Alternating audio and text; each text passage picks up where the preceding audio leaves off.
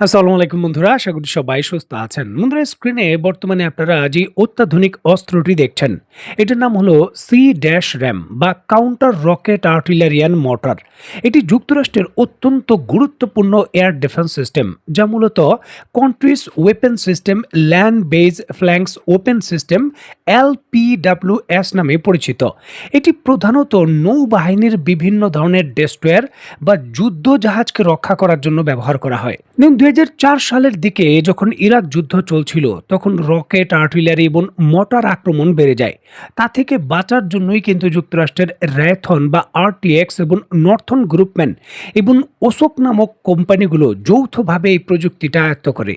দেখুন, forward operating base বা FOB, যেমন অ্যাম্বাসি ক্যাম্প, গুরুত্বপূর্ণ সামরিক স্থাপনা, এগুলোকে রক্ষা করার জন্য শেষ লাইনের প্রতিরক্ষা বা লাস্ট লাইন অফ ডিফেন্স হিসাবে এটা কাজ করে।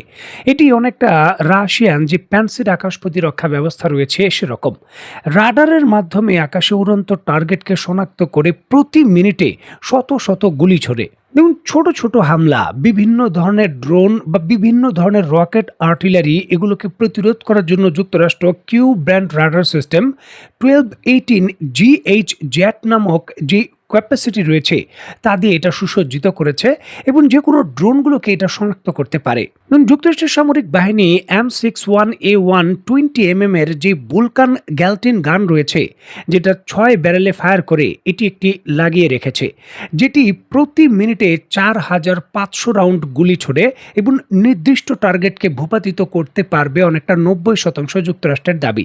যাই হোক, বাগদাদের ভেতর যে অ্যাম্বাসি রয়েছে, অ্যাম্বাসি কম যে প্রধান হেডকোয়ার্টার রয়েছে যুক্তরাষ্ট্রের, তাকে নিরাপত্তা দেওয়ার জন্য সেই বিল্ডিং এর ছাদের উপর এই ধরনের আকাশ প্রতিরক্ষা ব্যবস্থা 4টি ইরানের বিরুদ্ধে সে লাগিয়ে রেখেছে এবং যুক্তরাষ্ট্র নিশ্চিত ছিল কোনো ড্রোন হামলা এখানে করা যাবে না।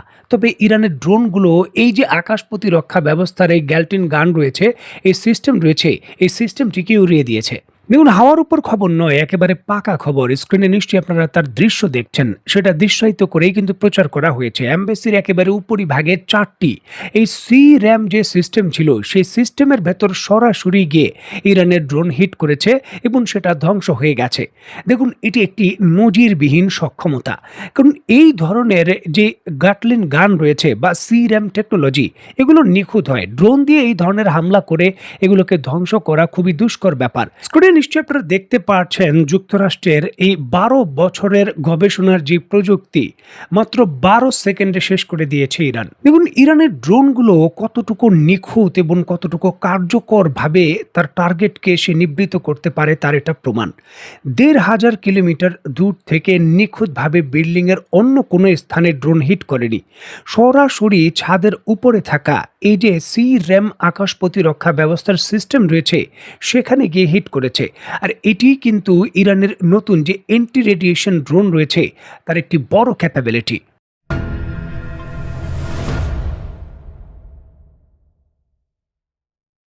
দেখুন, এই যে ইরাকের ভেতর অবস্থিত বাগদাদের এই অ্যাম্বাসিতে ইরান এই শক্তিশালী হামলা করলো, এটি কিন্তু যুদ্ধক্ষেত্রের আরেকটি নতুন কৌশলের প্রতিফলন। কারণ এই মার্কিন দূতাবাস অলরেডি খালি, এখান থেকে সকল ধরনের কর্মীদের যুক্তরাষ্ট্র অনেক আগেই সরিয়ে নিয়েছে।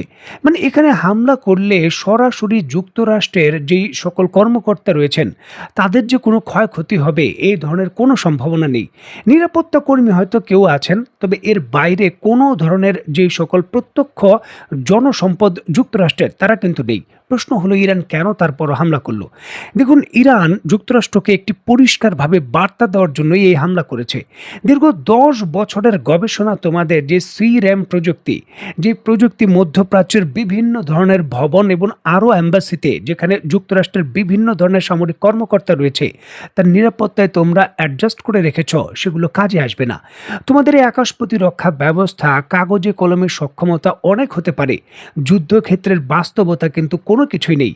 তার প্রমাণের জন্যই এই অ্যাম্বাসির এই যে আকাশ প্রতিরক্ষা ব্যবস্থা রয়েছে সেটাকে এইভাবে ধসিয়ে দিয়েছে ইরান।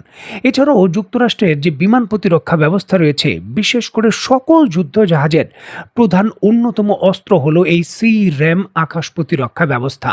স্ক্রিনে নিশ্চয়ই আপনারা পরিষ্কারভাবে দেখতে পাচ্ছেন যুক্তরাষ্ট্রের ডেস্ট্রয়ার জাহাজ থেকে শুরু করে যুক্তরাষ্ট্রের বিমানবাহী রণতরী, সকল আকাশ প্রতিরক্ষা প্রতিরক্ষা ব্যবস্থার একেবারে শেষ লাইন অফ ডিফেন্স যেটাকে অ্যাক্টিভ করে যুক্তরাষ্ট্র আশা ভরসা রাখে সেটাই হলো এই সিরাম। এটি কিন্তু তার একেবারে শেষ আশার স্থল। এটাকেও ইরান তার প্রযুক্তির মাধ্যমে বিট করে দিয়েছে। আর এটি যুক্তরাষ্ট্রের যে সকল যুদ্ধজাহাজ বর্তমানে ভাসমান অবস্থায় ইরানের বিরুদ্ধে ভারত মহাসাগর বা আরব সাগরে যুদ্ধ করার প্রচেষ্টা করছে তাদের জন্য একটি বড় ধরনের অ্যালার্মিং ঝুঁকি। যে কোনো মুহূর্তে এই ড্রোনগুলোর ইরানের নতুন এন্টি রেডিয়েশন ড্রোনগুলো শায়দ 238 এন্টি রেডিয়েশন ড্রোন এগুলো কিন্তু গিয়ে হিট করবে।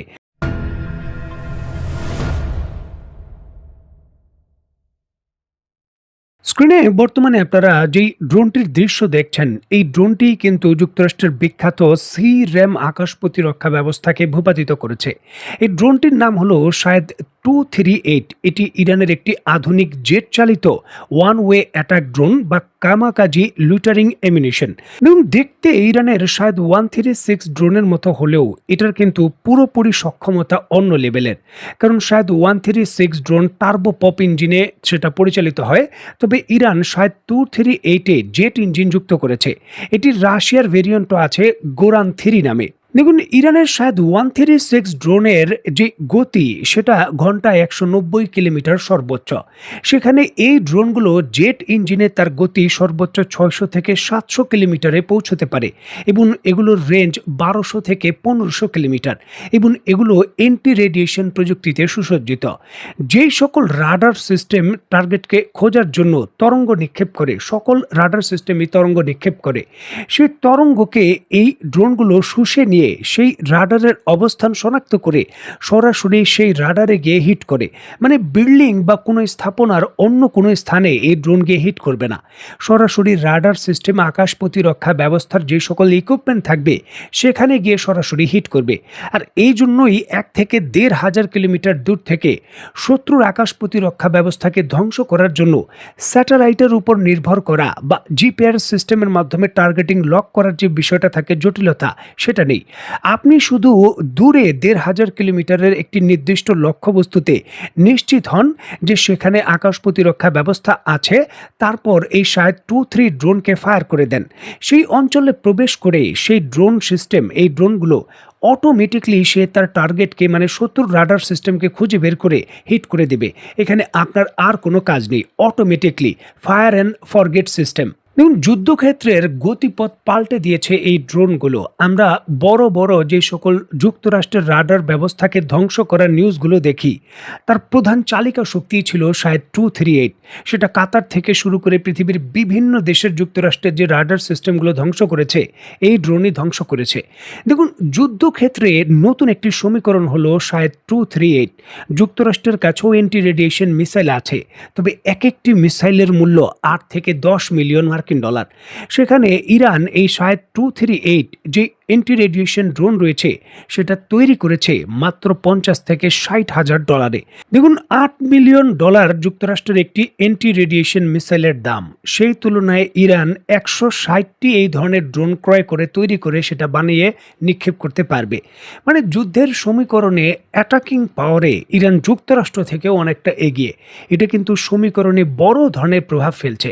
এখন দেখার বিষয়, এই ধরনের শক্তিশালী যে ড্রোন ইরান এখন ব্যবহার শুরু করেছে এর বিরুদ্ধে যুক্তরাষ্ট্র কি করে টিকে থাকে। তো বন্ধুরা, আজকের মতো বিদায়। নতুন কোনো ভিডিও নিয়ে আবার দেখা হবে। সে পর্যন্ত সবাই ভালো থাকবেন, সুস্থ থাকবেন এবং বাংলাদেশকে ভালোবাসবেন। আল্লাহ হাফেজ।